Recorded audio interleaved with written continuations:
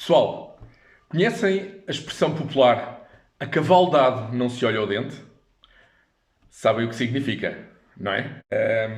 Pois bem, esta expressão resume quase na totalidade a história de hoje. Poderia ser até inclusivamente o subtítulo desta mesma série, que destaca os discos que fazem parte da minha coleção por causa e por intermédio do meu amigo e vizinho. Não sai daí, ok? Isto hoje volta a ser tudo muito improvisado. Eu vou buscar o disquinho para aqui e volto já.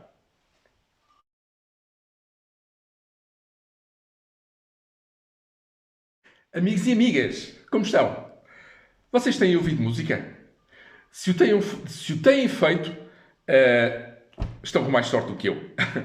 Pois ainda me encontro fora da minha residência habitual, como que perdido no interior do meu país e junto à fronteira com a Espanha. Aqui eu não tenho qualquer forma de me dedicar, por enquanto, claro, ao nosso hobby. E penso poder falar assim, não é? Acho que todos aqui gostamos de ouvir música e temos uma coleção de discos, por maior ou menor que ela seja. Pois esta é uma casa de férias e não está decentemente preparada para ser habitada permanentemente. Por isso, penso em recuperá-la, bem como, enfim, toda a propriedade. E isso irá envolver algumas obras de adaptação e remodelação, bem como uma nova decoração e mobiliário no interior. Já para o exterior, não posso dizer para já. Não posso dizer para já nada, pois envolve um outro tipo de investimento. Mas eu irei dando conta de tudo isso, pois tenho em mente estrear em breve um novo programa aqui no canal, dedicado essencialmente à minha outra paixão, a audiofilia. Bom, mas até lá temos muita matéria para falar e histórias para contar. Histórias que estão por trás dos discos da minha coleção. Histórias que talvez não sejam muito diferentes das vossas, mas que, se não forem relembradas ou revividas, acabam por se perder nas memórias, pois mais cedo ou mais tarde o tempo irá fazê-las esquecer. E eu não pretendo tal coisa, naturalmente. Vocês gostariam que as vossas histórias se perdessem? Por isso, espero que apreciem o que eu vos conto e, claro, não deixem as vossas histórias morrer. Sabem, o estabelecimento de relações, sejam pessoais ou profissionais, também conhecido como networking, irá um dia trazer os seus dividendos. Por isso, é extremamente importante e deverá estar sempre presente nas nossas vidas, mesmo que de forma inconsciente. Amizade é uma relação interpessoal destinada a beneficiar todas as partes envolvidas, claro. Não pode ser unilateral e interesseira, pois não irá funcionar. Ela deverá ser incondicional, sem esperar algo em troca. E só dessa forma é que os benefícios se manifestam, os benefícios mútuos, não é? E os dividendos serão pagos ao longo do tempo. E o benefício maior, se tivermos consciência disso, é a felicidade. Como eu falei já aqui, e penso que o disse no vídeo anterior, eu tenho grande facilidade para desenvolver relações e estabelecer empatia com outras pessoas. Claro que quando os valores, interesses e objetivos não estão alinhados, a amizade não funciona e não perdura. Mas isso faz parte da própria natureza da vida e do ser humano, não é? O tempo muda e vai moldando o nosso feitio, a nossa personalidade, atraindo e afastando pessoas para e da nossa vida. Isto acontece com todos, não apenas comigo, não apenas com vocês. A vida é isto mesmo. Pois a minha amizade com o meu vizinho Lourenço durou muitos anos, até ele se ter mudado, até ele ter mudado de residência de vez, acabando eu por perder o contacto com ele. E nem mesmo pelas redes sociais eu mantenho contacto atualmente, pois praticamente não utilizo mais o Facebook Meta. Foram, no entanto, imensos anos de convívio e proximidade, pois ele vivia no apartamento por baixo do meu, no quinto andar direito. Inclusivamente, eu estudei Ciências Agrárias e 2 anos mais tarde ele ingressou igualmente nos estudos de Ciências Agrárias. Ao longo de mais de 40 anos, muito do que tanto eu como ele vivemos, ou vivenciamos, foi partilhado em conjunto. Por exemplo, a primeira vez que eu fui ao cinema, eu fui com ele e com a mãe dele, aos 6 ou 7 anos de idade, para ver o Bambi. Exatamente. Bambi foi o meu primeiro filme que assisti no cinema. E olhem, gostei tanto que o vi por mais 2 outras vezes. Com 9 ou 10 anos de idade, o pai do Lourenço levava-me muitas vezes à escola de manhã, de carro, pois ficava em caminho para o consultório dele e, sobretudo, porque levava igualmente o Lourenço para a escola dele. Muitos fins de semana foram passados em dias inteiros de jogos, não só de tabuleiro, como também de cartas, fosse canasta ou até king, um dos jogos que eu mais gosto. Felizmente, ainda tenho hoje bons amigos que sabem e que gostam também de jogar. Epá, agora que falo nisto, recordo que até crapô eu jogava com o Lourenço. Por outro lado, nem tudo foram rosas também nesta nossa amizade. Tínhamos bastantes divergências e chegámos inclusivamente a brigar várias vezes. Sobretudo quando ele passou por uma fase algo mais delicada, enfim, por motivos pessoais. Uma das nossas divergências era nas preferências musicais. Apesar de ouvirmos música muitas vezes juntos, como companhia dos nossos jogos, em longas maratonas de Monopólio ou de cartas, os meus gostos musicais nunca foram grandemente ao encontro dos dele. Recordo-me, por exemplo, de U2 ser a minha grande referência, sobretudo a partir de 1984, 1985, e ele apreciava particularmente Dire Straits e Queen, algo a que eu nunca liguei muito. Estas eram, aliás, as bandas cujos CDs mais rodavam lá em casa, tendo o Lourenço sido um dos primeiros a beneficiar desta nova tecnologia e formato musical. Já que o pai dele tinha trazido dos Estados Unidos um dos primeiros leitores portáteis, os Discman, que saíram para o mercado, da marca Sony. Já não consigo recordar, contudo, quando ele passou a alargar os seus gostos musicais a outras sonoridades, para além do rock e pop de então. Acredito que, fruto das suas companhias, que eram diferentes das minhas, ele tenha passado a dar atenção a bandas e discos diferentes. Enfim, de muito do que eu apreciava. O Lourenço, depois de terminar os estudos, casou e foi viver para a propriedade rural da sua família paterna, que, entretanto, passou a explorar e a gerir. E assim, o nosso contacto passou a ser cada vez mais reduzido. Mas quando se mudou de vez e o pai se desfez do apartamento onde viveram durante muitos anos, o meu amigo e ex-vizinho veio oferecer-me alguns discos que não mais lhe interessavam. Eram... Depois vou ter que ajeitar a câmera. Um pouco mais. Eram discos de vinil, mais concretamente.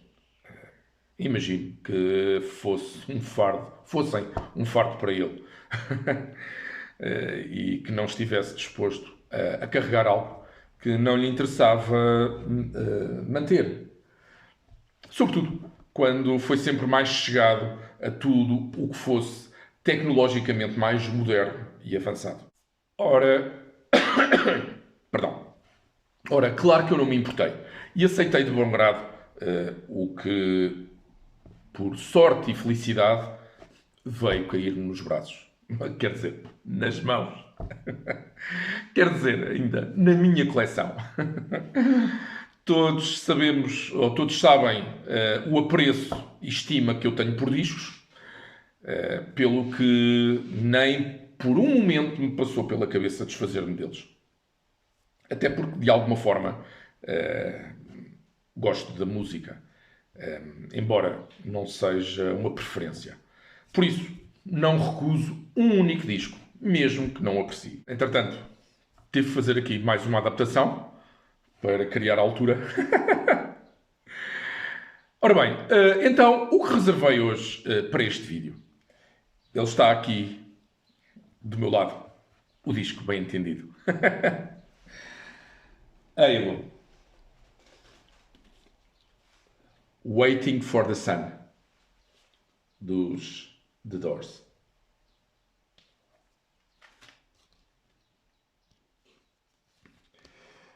Não estavam à espera? Pois não. Confessem lá. E agora tenho que ajeitar tudo. Pois eu nunca compreendi bem a febre que sempre existiu por esta banda icónica de finais dos anos 60 e princípios de 70 do século passado. Naturalmente, que respeito quem o faz, quem aprecia, pois tratam-se de preferências. Eu não sou muito chegado ao som dos The Doors. Apesar de não desgostar, confesso que me canso um pouco. E não consigo ouvir mais do que um disco de cada vez. E de vez em quando. Estou com isto a dizer já que tenho mais discos da banda. Sim, é verdade. Tenho mais discos dos The Doors. Sobretudo em outros formatos para além do vinil. Mas ainda é cedo para falar sobre isso. E não é esse o tema do vídeo de hoje e nem o âmbito. Dizia eu que a sonoridade da banda de Jim Morrison me cansa. Já agora, vocês sentem o quê quando ouvem The Doors? Conseguem passar 3 ou 4 horas a ouvir os discos da banda? E olhem, não se intimidem. Manifestem-se, ok? Escrevam alguma coisa nos comentários. Eles servem para isso mesmo, para interagirmos aqui. Mas de facto, incomoda-me. É isso, parece-me melhor. Está melhor. De facto, incomoda-me estar constantemente a ouvir os teclados de Ray Manzarek com aquele som do órgão Hammond proeminente em cada música. Com influências de jazz mais do que evidentes. E logo eu, que não consigo apreciar jazz, tendo por isso pouquíssimos discos. Aliás, a minha postura é a mesma. Não dá para ouvir mais do que um disco e de tempos a tempos. Até consigo passar 6, 7, 8 horas a ouvir discos, mas tenho que variar na dieta musical. Ou na emenda. Enfim, é isso mesmo o que me acontece com os The Doors. Fico com os ouvidos cansados ao expor-me demasiado à sonoridade da banda. De qualquer forma, a minha opinião é de que as composições são fantásticas, com aquele dramatismo carregado das letras, aquela poesia densa que a letra das canções encerra, aquela hipnose obsessiva e quase doentia que parece manter o ouvinte num transe, num transe comatoso, totalmente absorvidos na forma como a banda faz música e na forma como ela nos é apresentada. Ouvir um disco dos The Doors pelo menos para mim, como se estivesse a alienar-me do mundo que me rodeia. Por ser uma música brutalmente intensa, densa, hipnótica e extraordinariamente sentida. Mesmo este, que é o terceiro disco da banda, e para as minhas preferências, que considero o mais fraquinho deles, tem músicas bastante intensas, lúgubres, carregadas, mas que em termos musicais penso ter havido um certo esforço para tornar um disco um pouco menos triste, eu diria, com uma sonoridade um pouquinho mais festiva. Bom, isto é a forma como eu avalio, ok? É como eu interpreto e como a música de Waiting for the Sun comunica comigo. Se calhar vocês terão outros comentários a fazer. E está tudo bem, não é? Pois é a vossa forma de sentir. E é isto. O que a música e ouvir música têm de maravilhoso. A mesma música ou disco despertar sensações ou emoções diferentes em duas ou mais pessoas. Mas como eu disse agora mesmo, considero um álbum mais fraco em termos de preferências. Para mim, tem muito boas faixas, mas no geral não aprecio a larga maioria delas. E não sei explicar, por isso. Perdoem-me por não apresentar motivos ou razões. Vem-me sempre para a cabeça a sensação de estar a ouvir um grupo de baile a entreter uma audiência num clube fechado às tantas da madrugada, quando já está tudo intoxicado e bêbado, em que qualquer coisa serve para passar o tempo.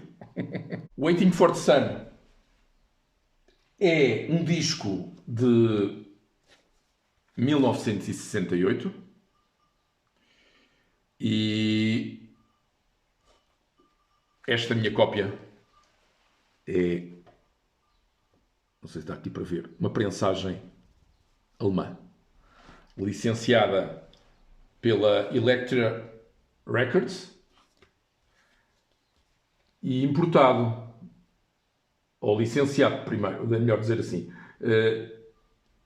licenciado pela Elektra Records à Warner, aqui ainda chamada Warner Entertainment, ou WEA, e importada para Portugal pela Valentim de Carvalho. O Lourenço não sabia de facto estimar lá muito bem os discos, pelo que a capa deste não está imaculada. Tem efetivamente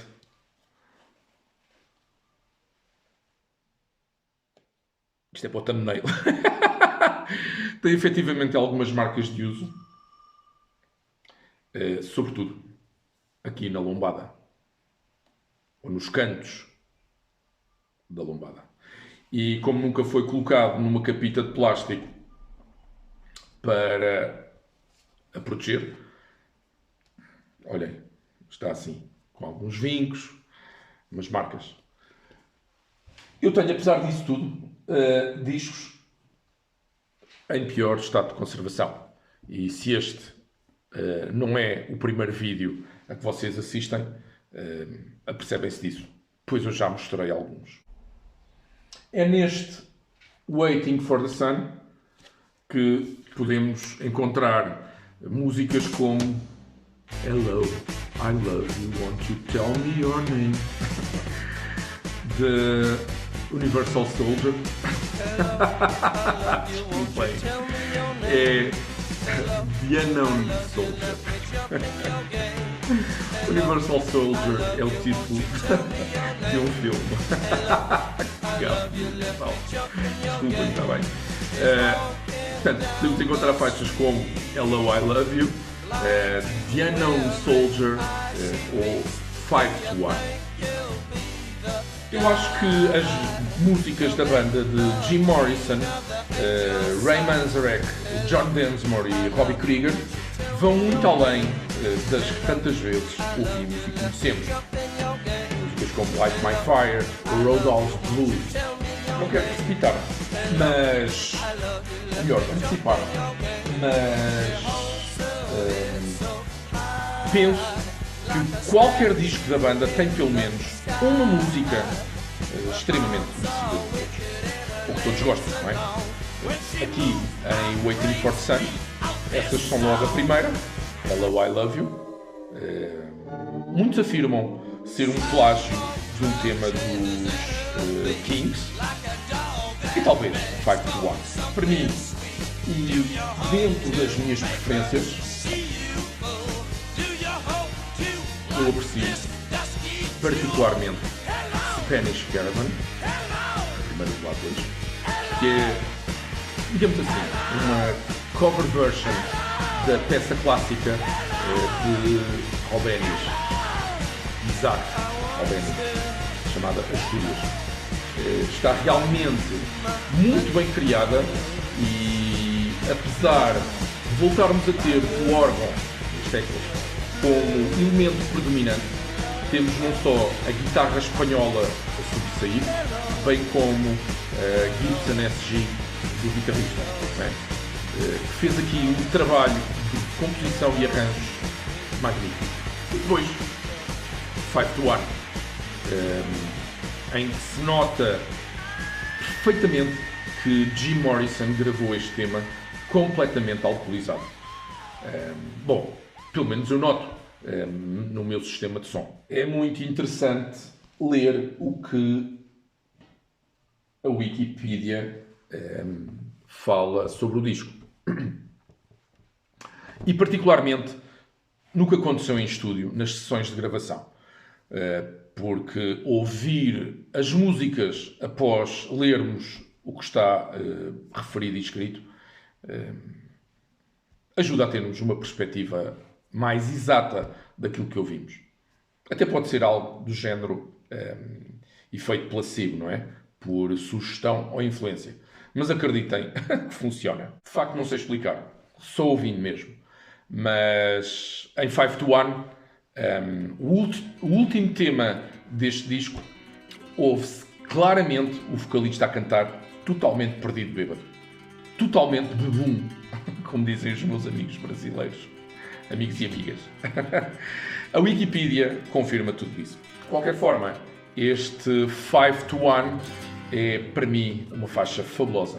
Numa toada mais bluesy e militarizada. Coincidência ou não, os teclados não são o elemento predominante, mas sim a guitarra. Talvez seja por isso mesmo que eu gosto tanto da música. Como eu disse lá atrás, chateia-me imenso ter de estar a ouvir sempre o órgãozinho, pois torna-se muito cansativo. Por isso mesmo, é que não aprecio rock progressivo ou prog metal. Bom, e o que temos no interior? Mostrar. Olha, curiosamente, já mandei lavar e limpar este Waiting for the Sun e dar-lhe uma limpeza profunda. Isto porque o LP tem esta capita, este inner sleeve da Gold Ring, não é? Este aqui, a proteger o disco de vinil preto.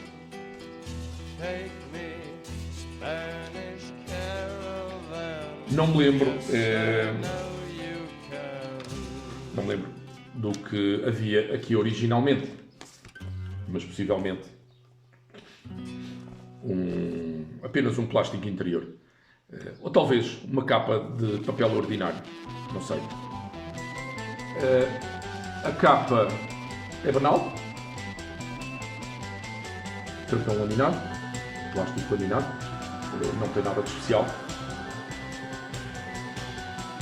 À exceção talvez aqui desta indicação no topo, com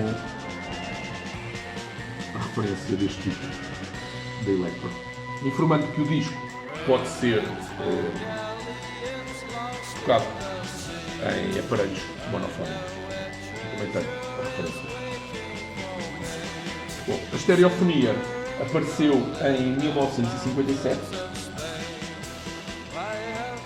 mas é possível que a larga maioria dos ouvintes não tivesse, naquela época, não tivesse ainda forma de tocar e ouvir os discos com som estéreo, em 1968. Qual a diferença? Será que a qualidade do som é pior quando se ouve um som monofónico? Não, de forma alguma. Apenas a forma de ouvir é que é diferente. Notando-se um som mais colado, mais preso às colunas. Portanto, sem a espacialidade e profundidade que caracteriza a estereofonia. Acontece que a larga maioria dos lares e das famílias, naquela época, tinha apenas uma única coluna de som, pois ter um sistema estéreo era bastante caro e só para ricos. As células dos giradiscos, ou cabeças, ou agulhas, como queiram chamar, eram também, na sua larga maioria, ainda monofónicas, não podendo, de forma alguma, ler a informação estéreo contida e registada nas espiras de vinil. Ora, o que esta indicação aqui transmite, diz, vou mostrar, é que este disco, Waiting for the Sun, pode ser ouvido em sistemas com uma única coluna de som ou com agulhas monofónicas. Para quem desconhece tudo isto, deixem-me dizer-vos que um sistema estereofónico consegue ler informação monofónica, mas um sistema monofónico não consegue ler informação estéreo, pois foi concebido para reproduzir discos mono. Portanto, um aviso: se o fizerem, se ouvirem discos estéreo em sistemas mono, arriscam danificar ou a célula ou o disco. Qual o prejuízo maior? Vocês lá o saberão.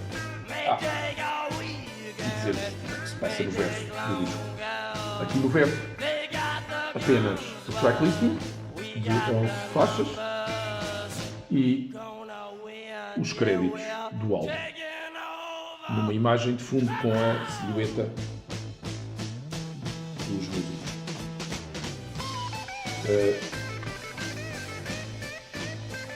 A minha cópia apresenta aqui as minhas iniciais: FG, Francisco Giraldes, um pequeno sticker indicativo. Penso que tenha sido colocado quando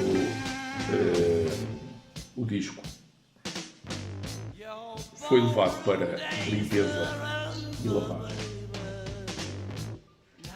Eu não vou retirar isto, deixando-o assim. Se alguma vez cair ou descolar, será algo natural e está tudo bem. Pronto, é tudo. Waiting for the Sun faz parte da discografia de uma banda de culto, adorada por muito boa gente neste mundo.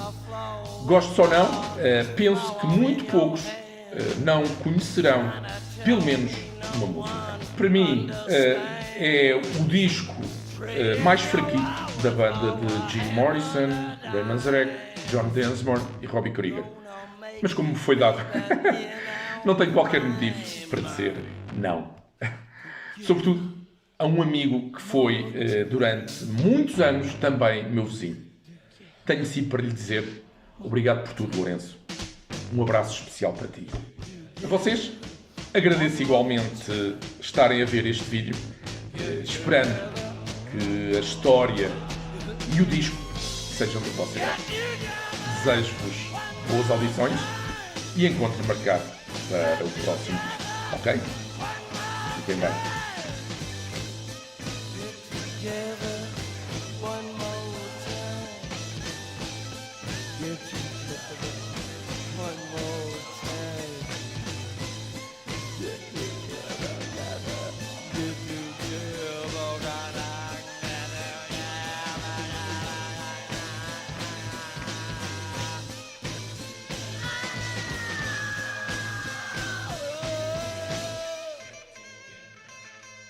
Come on, honey. Go along home and wait for me, baby. I'll be there in just a little while. You see.